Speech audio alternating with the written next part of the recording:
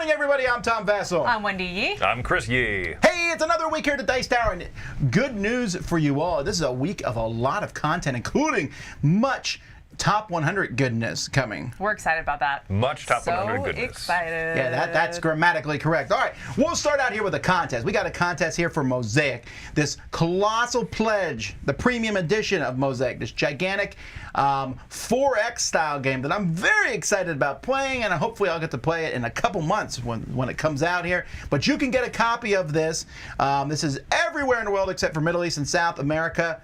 All you have to do is email us at contest@dicetower.com. In the subject line, put the word Sphinx, which makes me assume there's a Sphinx in the game. I know that there are some wonders of the world. Way to make assumptions. Is the question that you have to answer for the contest a riddle? No. Oh, what a bummer. What starts out with 4 legs and goes to 2 legs and then 3 legs? That was the riddle of the Sphinx, I believe. It was 4, then 2, then 3? Yeah. Yeah, 4, 2, then 3. Yeah. Anyhow, to answer this, though, you don't need to answer that riddle. You need to answer how many different types of good tiles are in Mosaic. So Are these how many tiles that you think are good tiles, or these are goods tiles? No one thought I meant that. I thought you meant that. No, you didn't. No, I didn't. This is all right. Anyway, that's our contest. Other things happening 1 week from today at noon Eastern Standard Time.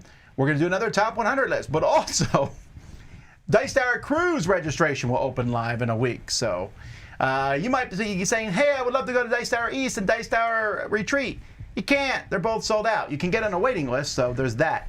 But if you want to go to Dice Tower Cruise, that isn't sold out yet, mostly because it's not on sale yet. But it will be on sale in a week. Now, realize it is over half sold out because people who came before have re-signed up, which should tell you that it's worth going on. That's awesome.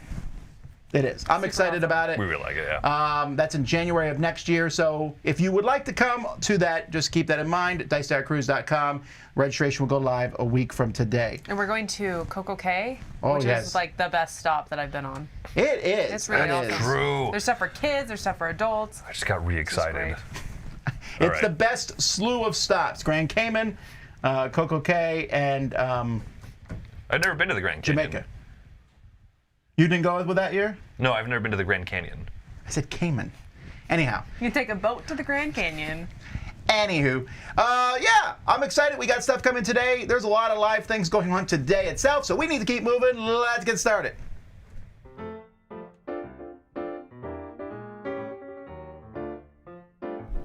Hi, it's Tarrant. And Stella here from Maple University. I think one classic board game mechanic, or one that has been around for 80 years, which really we still continue to see, and I don't know if anyone's ever improved upon it. And it's not roll to move. It's not roll to move, it's the Yahtzee roll. Yeah. Yahtzee. Rolling multiple dice and having the opportunity to re-roll some or all of those up to 3 times. You see it so frequently. I just call it a Yahtzee roll when I'm doing I'm doing how to plays, because it's so easy. It's so common and standard. You see it in King of Tokyo. Obviously, that was probably King of New York, the big gateway one that really uses that mechanism. But particularly the lighter types of ones. But when you're rolling lots of dice, it's a very common thing. It's an easy one to explain. Or Yahtzee, or you. Not that I haven't actually played Yahtzee. I'm not sure I ever properly played Yahtzee. Right. I remember playing Word Yahtzee. I don't think I ever properly played the original Yahtzee. But it's still it's a mechanism that I think has stood the test of time. And it is, there's variation, combination, and mixed with other mechanics these days, obviously. But yeah, you're right. It's interesting, and it's not like, oh wow, I want to play this because of Yahtzee, not because of that. Is it Dice Throne also has got Yahtzee, I think? Yes, Dice Throne has that. The Kingdom Hearts Perilous Pursuit game has that with a nice little extra. Yeah. It's got one danger die that can force you to re-roll and lose one of your re-rolls.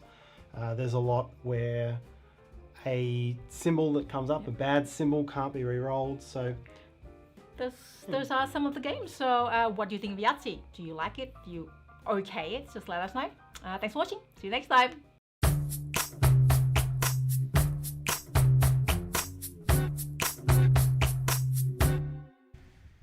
Today I'm talking about a game that I am wanting to get to the table because almost no one here has played this other than me.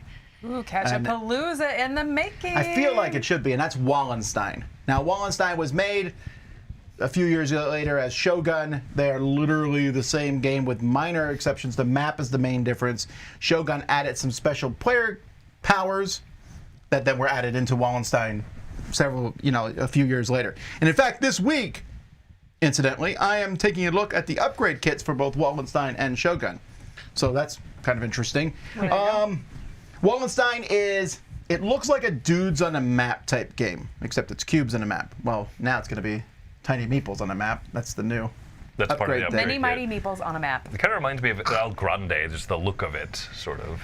Yeah, but this game has so many good mechanisms in it. So we'll start with the Cube Tower. That's the most famous thing about Wallenstein. It was not actually introduced in this game.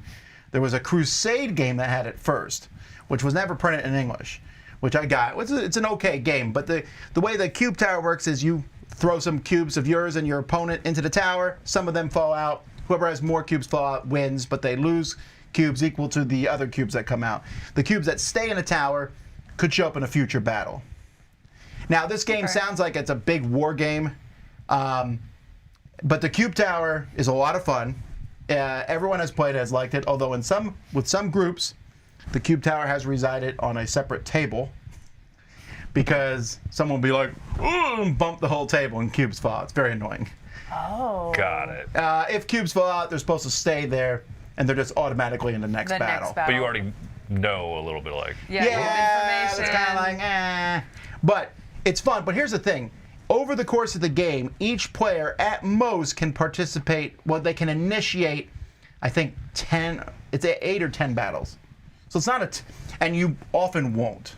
So it's not a ton of, it's not like the game's all fighting. It isn't. Yeah, okay. What the game does is you start the game, you own a bunch of territories like Risk. You get a card for each territory you own. And then each round of the game, there's a bunch of actions that are out. And you will put the card of the territory on each action. So like there's a tax action. I'm going to take money from one of my regions. So that card goes there. There's a harvest action to get grain. There's a build a building in one of them. And so you have all these actions and you place cards of those territories. And then there's 2 attack from actions. But the actions are going to come out in a different order each round. You randomly place all the actions out, so you see the order they're going to be placed in, but you only see the first half of the actions. The other half are placed face down. So you know that the action you want is in that second half. You don't know exactly where it is. Most of the time, that only matters for sending the troops out, but you might want to tax the territory. If you tax the same territory too many times, the people in that territory revolt against you. So, no, that's a cool touch. Yeah. But I like it, and so I really like that aspect. That's very Euro. You're sitting there, and you're what cards do I go where? What territories do I want? I want that territory. And then when you build these buildings, that's how you get victory points. So you want to hang on to those territories, so that someone doesn't take that over. Because if they take it over, the building is now theirs. Victory points, you say? I'm interested now. I really think this game appeals to a lot of people. It's a strong Euro-style game with a healthy amount of take that in it, in the sense of you can attack each other, but it's not too much attacking. There's not too. It's hard to explain. It's not like you're going to be decimated in this game. Okay. And it just works really well. It's a little long. I would say if you play a 5-player game of this, we're talking 2.5 hours. But nowadays, don't play it at 5 players. Nowadays, it doesn't. That sort of thing seems less lengthy than it used to. And it's a big table spread and stuff. But I like it. I want to get it back to the table. I think it stood the test of time. It doesn't look fantastic. It's a Queen game after all. The rule book is great because it's a Queen game. That's that Does funny the dichotomy, reprint look any better? Because when I was looking at pictures online, I couldn't tell what was the reprint and wasn't the reprint. Nah, it's just a big both box. Both look very like bleh. They made a big box, added a bunch of modules. I don't know that any modules are very important, with the exception of they made a module for the player powers, which I like. Because the player powers, you drafting them also determines turn order, which could really matter. So I like that concept. They introduced that in Shogun. But yeah, Wallenstein, fantastic game. Check it out. Like to try it. Hi everyone, how you doing? It's I, Clara, and I'm back talking about board games, digital versus physical. And today is a game that I've played in both formats, and that is The Crew. In this case, it's the second Crew, Mission Deep Sea, the game famously described as Flash in the Pan by Mike DeLucio. Now, this is a collaborative trick-taking game. You're all trying to win tricks, but you have to try and get certain people to win certain tricks depending on certain conditions that you have or missions, the cards that you get at the start. And that is hampered by the fact that you have very, very limited communication. You can't just talk to each other. It's a really interesting game and I have a lot of fun. And I wanted to play this for a really long time, but during the different lockdowns and stuff, it wasn't that easy to do. And I saw it was on Board Game Arena, but I just didn't understand how it would work because of the nature of the game. I just didn't think it would. But there was a certain point where I got invited to a game and it was a turn-based game. And we're still playing it 4 months later. We're up to mission 30 or so. And I'm having an absolute blast, so much that I knew that I liked The Crew and I went out and bought a copy. It's not that expensive. And so again, I didn't think it would work online, and especially not turn-based, because, you know, there's certain times when you need to remember which cards have been played or whatever. But somehow it does work on Board Game Arena, and the fact that you can't communicate sort of is possibly even more stringent because you're playing it if you're playing it turn-based. It just works really well in both formats, and it's a game that I'd highly recommend in either format. I will say shout out to Cosmos. It was missing the mission book and they just sent me a copy the same day, so thank you for that. But yeah, The Crew, I didn't think it'd work online, but it really does. But it's also brilliant to have in your collection. I'm Clara, bye.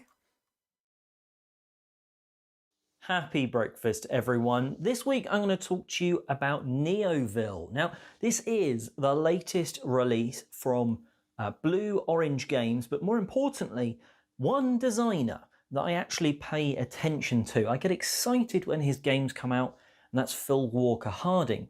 You might know him for games like Bar and Park, Silver and Gold, Sushi Go. That was the same designer as for Neoville. Now, this game is tile placement, much like a lot of his others.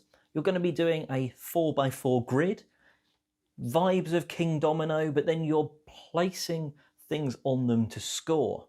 It's very much a family weight game. You're not going to be coming into this and scratching your head, but there's some nice puzzles to it and lots of points to be won or lost.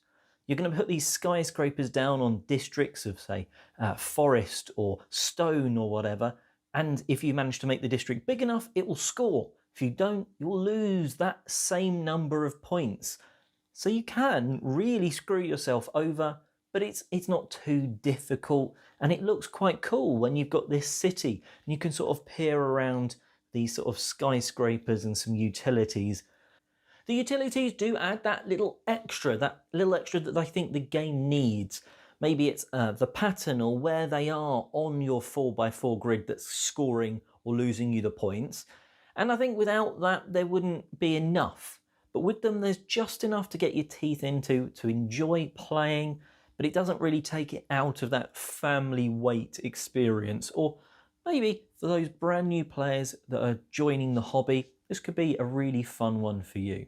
Anyway, that is Neoville. And until next time, I'm Oliver East, signing out.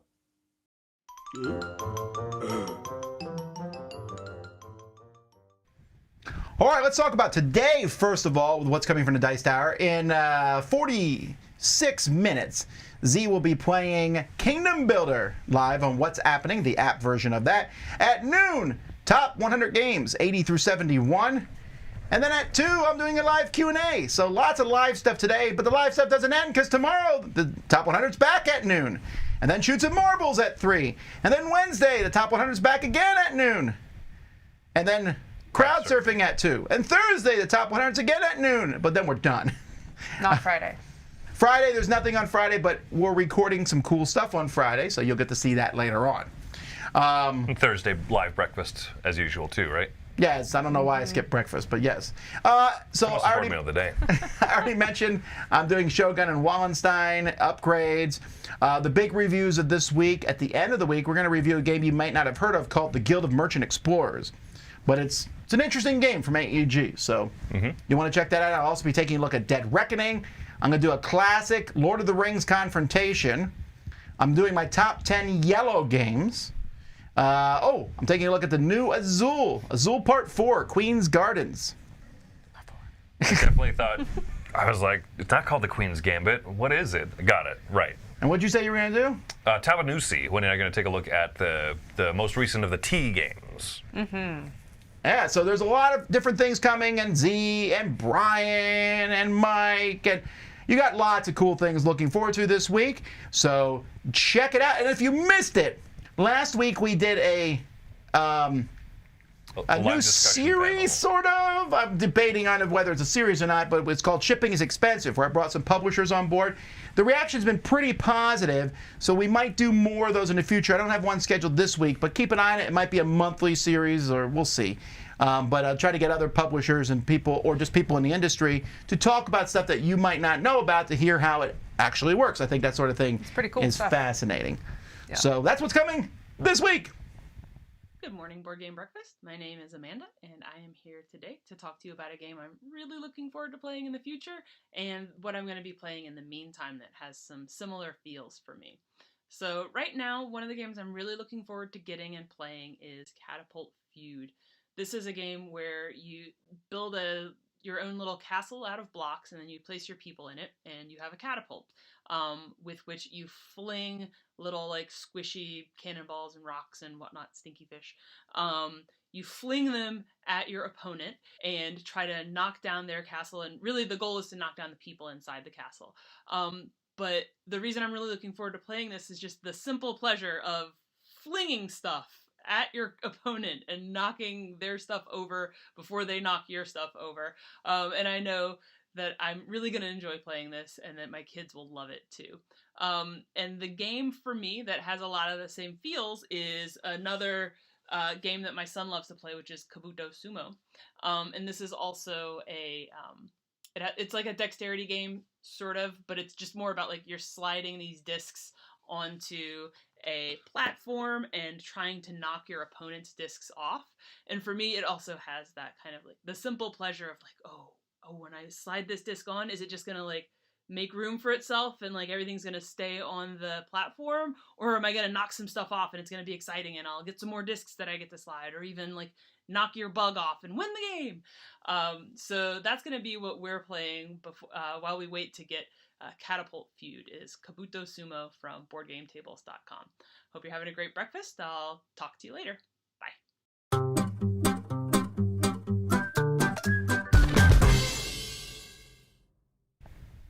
All right, back when I was in college, two very popular films came out at the same time. Gone with the Wind.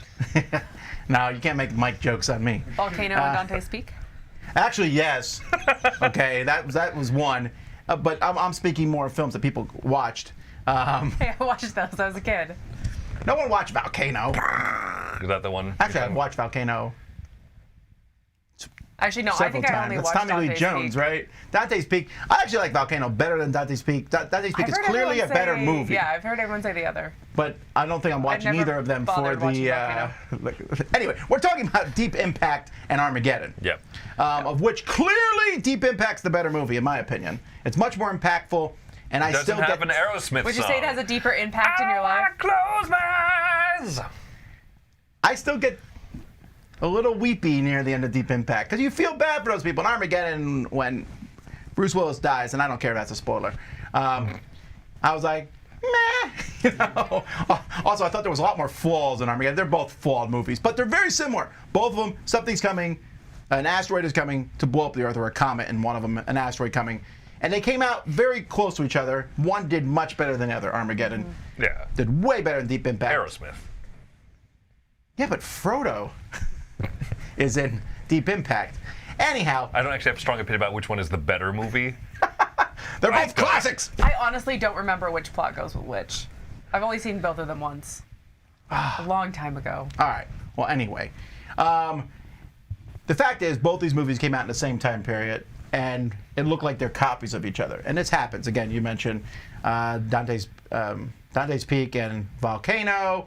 There was two movies about that annoying guy. Oh, I forget the name. Now, I looked this up and I forgot the names of the movies. But Capote. Capote, there was like 2 movies that came up about him. That's right. And Steve Jobs. There were like 5 Steve Steve Jobs movies right. that came out. So how does this happen? Are people stealing information in Hollywood and telling others? Usually that's not the case. In fact, I think with the Steve Jobs I was reading about, the guy said, I sent you the script, and the guy's like, I already have it. How's that possible? It's because they're 2 different movies.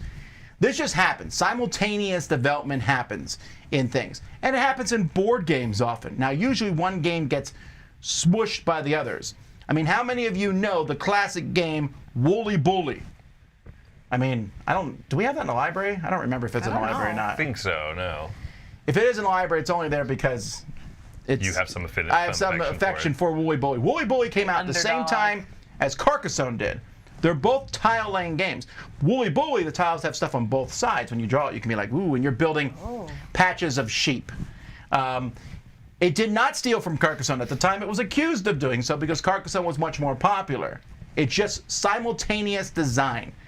And this happens in the industry sometimes, and it even happens now where you'll see 2 games come out that are similar. Now, sometimes a game comes out because they literally are copying another game. But just because 2 games about birds come out at the same time. I also don't think every game necessarily should be accused immediately when it comes out of copying something else. Some people have been designing games for years, and it finally comes out. And every time I review a popular game, there's usually a comment, someone goes, oh, this is a game I was designing. You know, someone usually says something to that effect, like, back to the drawing board. But this sort of thing happens in industry. Someone just emailed me over the weekend and said, if I show my game to a publisher, will they steal the idea? The answer is no. That's not going to happen. I mean, there might be a 1 in a million exception. But sometimes multiple things get developed at the same time. I know that both Marvel Legendary and DC Deck Builder came out within 6 months of each other. They were super close. You know, they're both deck building superhero games. But that wasn't a far leap to make. Deck building was Deck huge. building was huge. IP games are Right. huge. Now, they're very different games. Yes. And so I think we should cut people slack on this sort of thing to some degree. When something comes out, I think saying it's a copy of that. Sometimes it is. And we've called that out here ourselves. Sometimes we're like, yeah, this is basically the same as this game. But sometimes those people haven't played the other game. What really is surprising is the more that you talk with designers and you learn about the lead time, how long it takes from the conception of an idea to play testing it, to demoing it, to showing it to a publisher, getting all the art assets ready, and then publishing it. It's a long time. Years, right? Like if I designed a game right now and I pitched it to a publisher, it would probably not come out still for a few years because of development and work, retooling and stuff.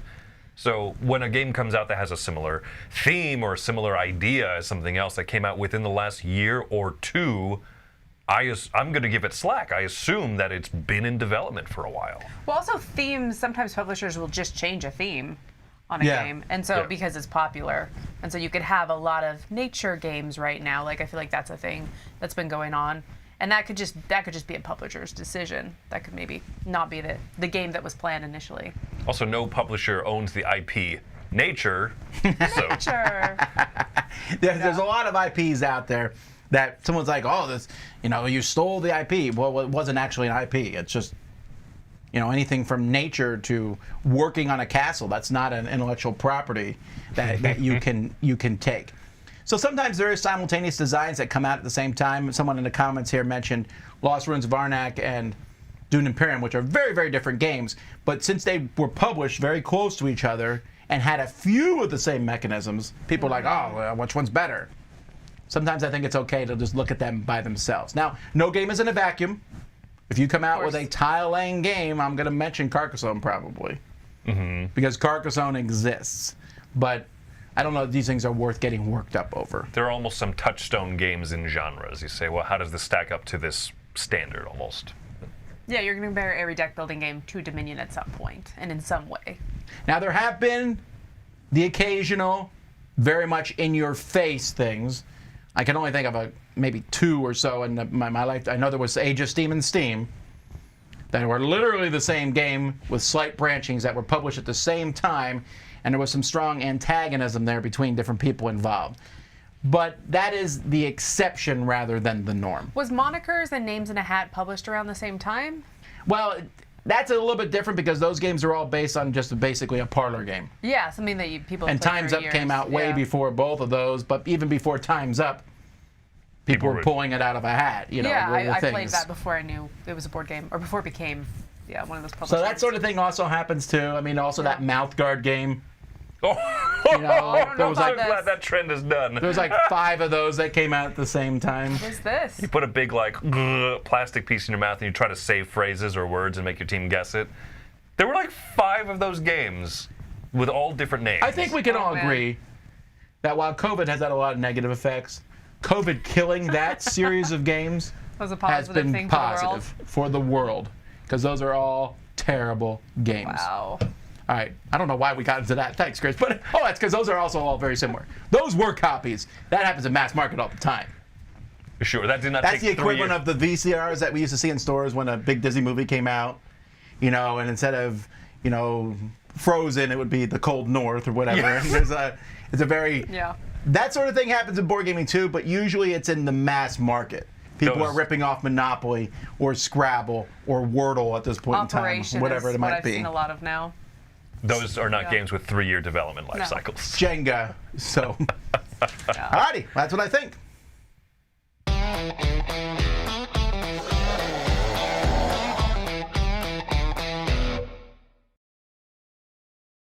Assalamu alaikum. Power Grid is a lovely game for 4 to 6 players where you will get a very tight economy. Everyone is actually going against each other. Everyone is bidding against each other. But if you want a little bit more strategy or cutthroatness added to your 2-player games or 3-player games, then there is a variant available called 1 to 3-player variant for Power Grid. It changes the rules a little bit for the 2 to 3 players.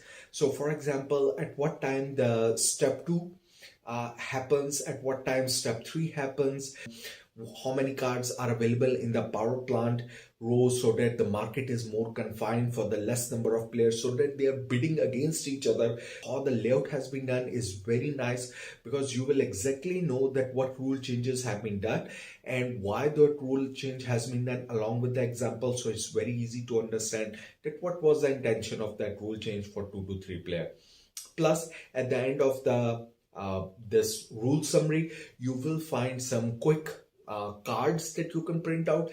Plus, it also comes with a single player mode as well, which is of course based on another single player mode, solo mode of the game, but it has been embedded here as well. So it's encompasses 1 to 3 players. So if you're interested in that kind of thing, then do get this file. If you're playing it with the low play count, then this is a fantastic rule set that you can follow for a much more interesting game. You can get this rule set under Power Grid in the BGG file section. That's it for me. Happy gaming.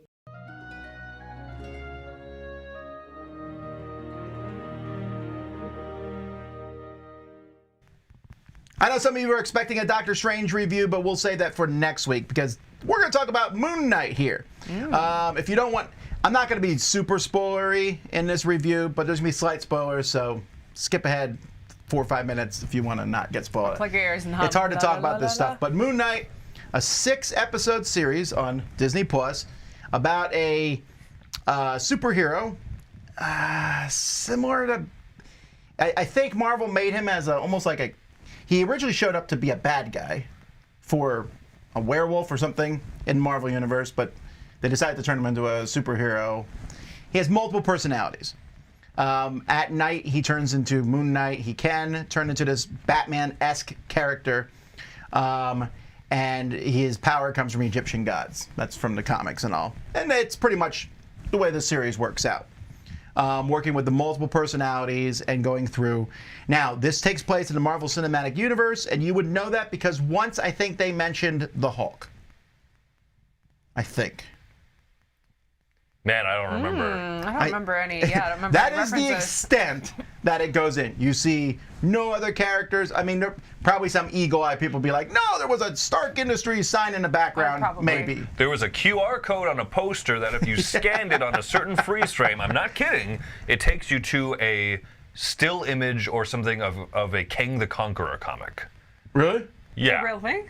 People figure this stuff out. Okay. Wow, okay. Fine. But it's pretty self-contained in this. Now, the star of Moon Knight, and pretty much on screen 80% of the time. Am I wrong on that? Oh no, he is the show basically. The show, yeah. Oscar Isaacs, or is it Isaac Oscar? Am I missing Oscar that? Isaac. Oscar Isaac. Okay, I don't want to mix. I want to start out by saying, acting-wise, the man deserves awards for this. Oh, all the praise he can get. Yeah. Because Moon Knight having multiple personalities, and he plays those personalities very differently. Yeah. One has an English accent, the other is an American, and him switching back, and they also act very differently. And it's not super spoilery because you figured this out like in episode 1. Yeah, we're already past the spoiler. You should have skipped it if you don't want to. Yeah, it's true. If you want to go into the show Yeah. knowing nothing, right? It's a fun experience going in not knowing what's happening because I don't know Moon Knight. I've never I didn't read know it. anything about it, yeah. Yeah, but we're safe to discuss this part now.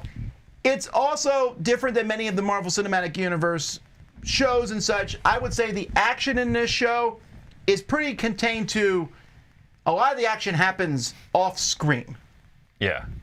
And if you want to know how that works, just watch episode 1. Mm-hmm. It's a very violent, lot of action. Much of it you do not see. Yes. Like, at all.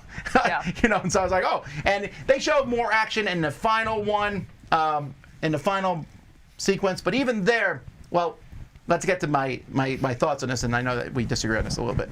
Overall, I would give the series a C. And this is a personal opinion from me. I dislike how it ended. I think that they did the same thing they do with all their TV shows, where they kind of stretched things out, made it nice and slow, and then shoved a whole pile of stuff in the finale. And I think the most important part of the finale was in the stinger afterwards. And I felt like it had an unsatisfying ending, which I would be maybe slightly more satisfied if I knew there was a second season of this. But clearly at this point in time, they are saying probably not, which I find very problematic, the way they ended it. Yeah, because I assume that it's going to tie into a movie or something like that. Maybe, I don't know. Future. Yeah, I don't know. They're not. But it is extremely cliffhangery at the end. It's fine because of how detached it feels, but I am curious at what point, because the thing is I want more Moon Knight. You're right. I'm fine with the course of the series. There wasn't a terrible ton of Moon Knight the character. There was a lot of the people. There's a lot of Oscar Isaac instead of Yes. A lot of growth and just personalness. I like that. I like that in these Disney Plus series, right? Falcon and Winter Soldier, for example, was not terribly action-packed, and I really liked just the human talking development, right? Do that in these great series because you have time to just have scenes of people sitting around talking and being philosophical and figuring stuff out and self-actualizing and the other steps of Maslow's hierarchy of needs. Great. And having just watched, for example, the recent movie, you don't have that same time. You have to accomplish a lot in a single film. Well, even we'll talk about the next movie. That movie had several hours and hours and hours of back stuff to build on. Yeah. So much back stuff to build on, yeah. So I think that this Moon Knight fits very well in a TV series like this because... Yeah, but why can't they do 8 episodes then and just stretch the last one out a little longer? And my problem is there's a big mystery in this one where they actually answer the mystery in the stinger at the end. You have to watch that stinger. Yeah. Yeah. Otherwise, I would have been like, well, you never explained this. They literally explained it in the stinger. And I felt that was weird. Like, why didn't they explain that in the show and then talk about it a little bit more? But I was like, stinger, done. I was like, are you kidding? And that's why it feels like a setup for something. Yes, I agree. It feels like season 2. And maybe they're doing that, hoping to bring you into season 2. So it's kind of weird. And I also was not a huge fan of the action sequences in the final one. There was a few cool ones, but there was it was a little messy, I thought. I think don't go into the show saying like, superheroes! Go into it for almost like a psychological thriller. And I think they dealt with that well. They dealt with the multiple personality thing, there was funny moments about it, but they weren't mocking it. I think this is the first time that I can remember. And I've watched several movies and shows and stuff about the idea of split personalities. And this is the first time that it's ever been discussed in a heroic way. The protagonist is the person, instead of the antagonist, instead of the villain that causes problems or is murdering everybody or something like that, yeah. I won't speak on behalf of people who are maybe closer to the subject. I don't know, but it seemed more respectful than pretty much any other portrayal I've seen in I think that's movies. what I'm most curious about. Yeah. Is I really want to know what the mental health community feels about this. Because I'm very curious. Is this somebody that they feel like they can rally behind and say, this was a really cool, yes, this is realistic, this is a lot of, this is a positive thing, or is it just another, we're using this disability to forward an agenda or just for entertainment or something like that? I'm curious and I don't know. All right, so I would give it a 6 out of 10, although I thought the first and the fourth episode, maybe the fifth, fourth and fifth are kind of like one episode. I thought those were really strong. Those were really strong. I mean, after the first episode, I was like, I am in. Because I was kind of like, meh. What would you guys rank it? Ooh, that's a good question. I know I felt like almost every single episode, I was like, I don't know what's going on. Because I know nothing about Moon Knight, and I feel like I was as confused as the character. But towards the end, I realized that I think I like that. Initially, I was a little uncomfortable with it, but then I think I like it. So I would probably give it a 7.5 or an 8. Same. Yeah. 7.5 or an 8. It's not a series the best show that's been out there. But it's one I could stew on for a little bit, and I like that. And I would rewatch it. All right. Well, we'll rewatch it. Come on, it's Disney Plus. All right. Anyway, that's Moon Knight. Hi, everybody. Hello, we are Ryan and Bethany. From Ryan and Bethany Board Game Reviews. All right, today we're talking about the Walls of York. In this game, you've got this map laid out. Everyone at the table has the exact same map. What you're going to do is you're going to roll a dice. It's going to tell you a configuration of walls to put out there. Everyone's going to put out their walls, and what's going to happen is eventually you're trying to wall off a certain amount of wells, churches, and markets, while at the same time trying to keep out these Vikings in order to make your city the best it can possibly be. You also get some rewards. The sooner you finish, the more you got extra income you're going to get as well. So that is how you play the game. Now, what do we think of it? So, I didn't like this game. I thought it was really boring. I didn't want to play. I was just bored the whole time that I was playing it, and the whole time I was learning it, and I don't know why it exists. But speaking of, as you guys know, Ryan and I like to talk about things we're trying to do to achieve health in our lives. And because of this game, it reminded me of another tip that somebody told me that I've heard in different places as well. That when it comes to exercise specifically, if you don't love it, don't do it. You want to find something that you love and enjoy, not Walls of York, so that way you are excited when you engage in that activity. Not exaggerating, the first time I played this, I dozed off. I actually became unconscious. True story. Halfway through the game, I dozed off because it was so monotonous. You're just rolling and building and rolling and building and rolling and building. Very little strategy, very little intrigue, very little excitement. This was not a winner for us. Yeah. That being said, it had cool bits.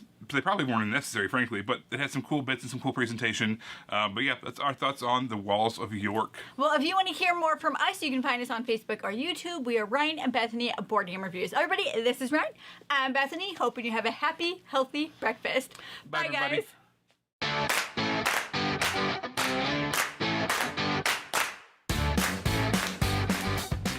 Hi, I'm Jordan. This is a segment where I talk about games that are great to play on a weeknight.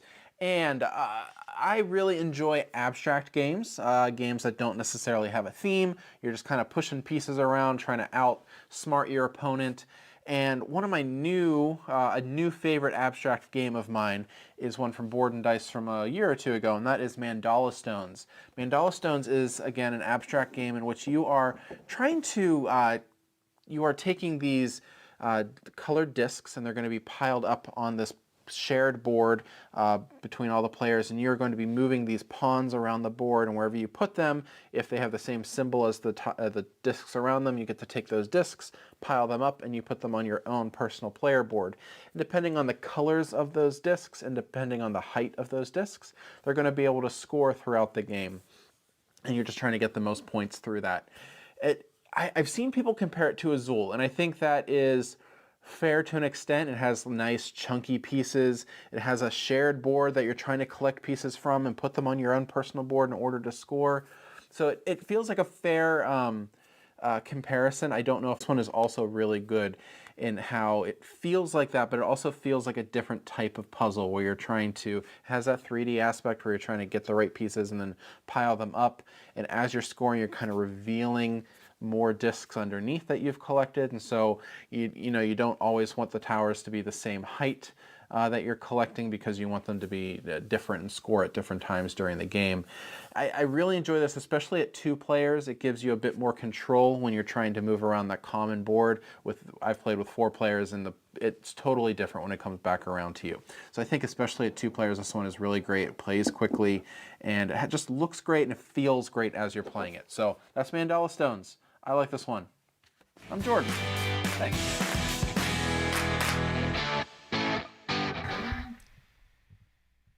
And we're back.